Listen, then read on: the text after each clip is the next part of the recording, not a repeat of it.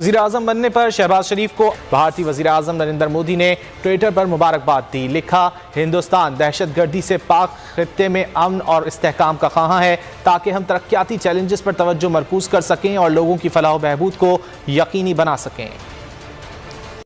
India के prime minister Narendra Modi साहब ने भी ट्वीट कर दिया। एक बात तय है कि मुबारकबाद का पैगाम नरेंद्र मोदी से आ गया, तबसरा जो है वो तुर्की ने कर लिया। लेकिन इस ट्वीट के बाद जो इमरान खान साहब हैं उनका क्या सिचुएशन होगी, तो मैं ये बड़ी अच्छी बात इसलिए समझ रही हूँ कि दोनों कंट्रीज को फौरी तौर पर एक स्टेप लेना चाहिए कि ट्रेड का स्टार्ट कर देना चाहिए। 22 में से एक वजीर आजम अपनी टर्न्योर पूरा नहीं करके गया, ये भी कोई एक्स फैक्टर है कि ऐसे ही चलता रहेगा? इसमें उन्होंने अपना एक वो जो है सवाल उठाया कि भाई जो हम ये समझते हैं कि इस खित्ते में, इस रीजन में जो है वो ना दहशतगर्दी ना हो और हमारी तमाम एनर्जीज हम फोकस करें दोनों कंट्रीज अपने कंट्रीज को खुशहाल बनाने, प्रॉस्पेरिटी के लिए, लोगों के लिए हम इकदाम। पाकिस्तान का वजीर आजम मुंतखब होने पर मुबारकबाद पेश की। ट्वीट में कहा, भारत दहशतगर्दी से पाक खित्ते में अमन व इस्तेहकाम का ख्वाह है ताकि हम तरक्याती चैलेंजेस पर तवज्जो मरकूज रख सकें और हम अपने लोगों की फलाह बहबूद यकीनी बना सकें।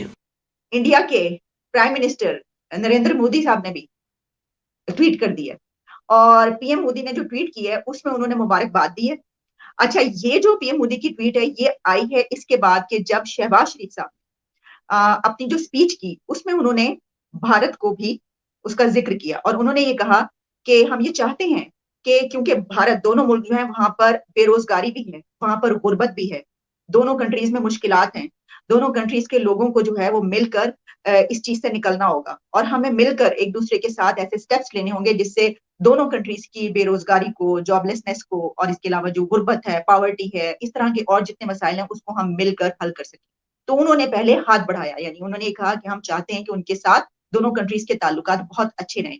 और इसके बाद फिर कुछ ही देर के बाद हमने ये देखा कि पीएम मोदी की तरफ से एक ट्वीट आई और उसमें उन्होंने कहा कि congratulations to Mian Muhammad Shahbaz Sharif on his election as the Prime Minister of Pakistan. India desires peace and stability in a region free of terror, so that we can focus on our development challenges and ensure the well-being and prosperity of our people. यानी उन्होंने भी यही कहा कि इसमें उन्होंने अपना एक वो जो है सवाल उठाया कि भाई जो हम ये समझते हैं कि इस खित्ते में, इस रीजन में जो है वो ना दहशतगर्दी ना हो और हमारी तमाम एनर्जीज हम फोकस करें दोनों कंट्रीज अपने कंट्रीज को खुशहाल बनाने, प्रॉस्पेरिटी के लिए, लोगों के लिए हम इकदाम करें। तो मैं ये बड़ी अच्छी बात इसलिए समझ रही हूँ कि दोनों कंट्रीज को फौरी तौर पर एक स्टेप लेना चाहिए कि ट्रेड का स्टार्ट कर देना चाहिए। लेकिन इस ट्वीट के बाद जो इमरान खान साहब हैं उनका क्या सिचुएशन होगी, क्योंकि मैं ये देख रही थी और ये सोच रही थी कि इमरान खान जो है former prime minister of Pakistan, उन्होंने, अगर आप गुज़िश्ता कोई 1 से 2 महीने देख लें तो इंडिया को बहुत ज्यादा अप्रिशिएट कर रहे थे, प्रेज कर रहे थे नरेंद्र मोदी की, हत्या के हमेशा से तो वो उनके खिलाफ बोला करते थे, लेकिन अगर आप गुज़िश्ता 2 महीने उठा के देख लें उनकी जो है वो फॉरेन पॉलिसी, उनकी हुकूमत कितनी सॉवरेनिटी है, कितना जबरदस्त मुल्क है, कितनी आजाद पॉलिसीज है वगैरह वगैरह, इस तरह की चीजें।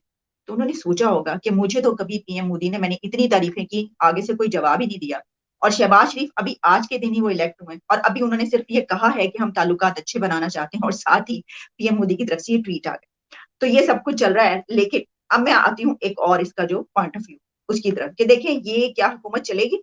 इस जो शहबाज शरीफ प्राइम मिनिस्टर बने और उनके नीचे जितने लोग हैं, और अब ये कहा जा रहा है कि बिलावल भुट्टो जो है उनको हो सकता है कि वो फॉरेन मिनिस्टर बन जाए।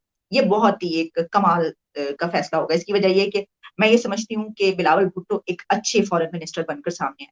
एक तो ये कि उनकी तालीम बहुत जबरदस्त, वो बोलते बहुत अच्छे हैं और अच्छी बात ये है कि वो जो इश्यूज हैं उनको इस तरह लेकर चलते हैं जो कि इस एरा में, यानी कि इस सदी के अंदर के जब हम किस एरा में हैं, स्पेस और टेक्नोलॉजी के, वो उसको इश्यूज को इस तरह देखते हैं, वो न्यू जनरेशन को जो है वो आगे बढ़ाने की बात करते हैं और उनके आइडियाज वैसे हैं, तो वो फॉरेन पॉलिसी में सबसे बहुत अच्छे ताल्लुकात रखेंगे। एक बात तय है कि मुबारकबाद का पैगाम नरेंद्र मोदी से आ गया, तबसरा जो है वो तुर्की ने कर लिया, तुर्की ने बात कर ली, अमेरिका जो है उसकी वाइट हाउस की तर्जुमान, उन्होंने इसके हवाले से गुफ्तगू कर ली, लेकिन अभी तक गुरेज है चीन की तरफ से कोई पैगाम नहीं आया। उनके जो मिनिस्ट्री ऑफ फॉरेन अफेयर्स के तर्जुमान हैं वो ट्विटर पर आए।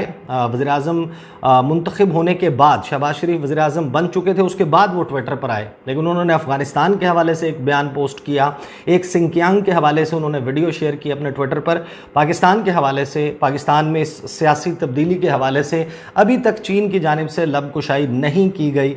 कब करते हैं वो, किन अल्फाज में करते हैं, मैं इस हवाले से इंतज़ार करूँगा कि दुनिया भर का रद्द-ए-अमल सामने आ जाए। उसके हवाले से इंशाल्लाह आज शाम को, आज या फिर आज रात को किसी वक्त मैं वीडियो करूँगा। हो सकता है कि किसी आला चीनी ऑफिशियल जो है उसकी टेलीफोन कॉल आ जाए, आती है या नहीं आती, ये जब आएगी तो उसके ऊपर बात करेंगे। और एक्स फैक्टर है, मैं थोड़ा सा आपको दोनों को माजरत के साथ डी ट्रैक कर रहा हूँ। 23वां वज़ीर-ए-आज़म आया, 22 में से एक वज़ीर-ए-आज़म अपनी टेन्योर पूरा नहीं करके गया। ये भी कोई एक्स फैक्टर है कि ऐसे ही चलता रहेगा?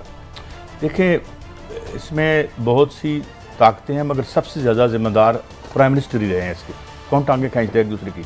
अब एक बंदा आ गया है, अब इमरान खान आ गया था, तो खान साहब का क्या फैक्टर, आप दोनों समय तक क्यों गए? मैं तो आज मेरी राय पूछ रहा हूँ, ठीक है। मेरी बिल्कुल एक्सपेक्टेशन नहीं थी कि इंस्टीट्यूशन में बहुत रेजिस्टेंस थी और बाहर भी बहुत रेजिस्टेंस थी, जो रिटायर्ड लोगों में भी थी। मैं गलत साबित हुआ और आप ठीक साबित हुए, लेकिन बात यह है कि किस कीमत पर। खान साहब खासे डिस्क्रेडिट हो चुके थे 3.5 साल बाद। 3.5 साल का जो मलबा है, अगला बजट अगर वज़ीर-ए-आज़म शहबाज शरीफ साहब का वजीर देता है तो 3.5 साल और उसमें $32 बिलियन का डेफिसिट। चलिए भट्टी साहब, आपसे सवाल, इमरान की 3.5 साल में सबसे बड़ी कामयाबी और सबसे बड़ी नाकामी क्या है?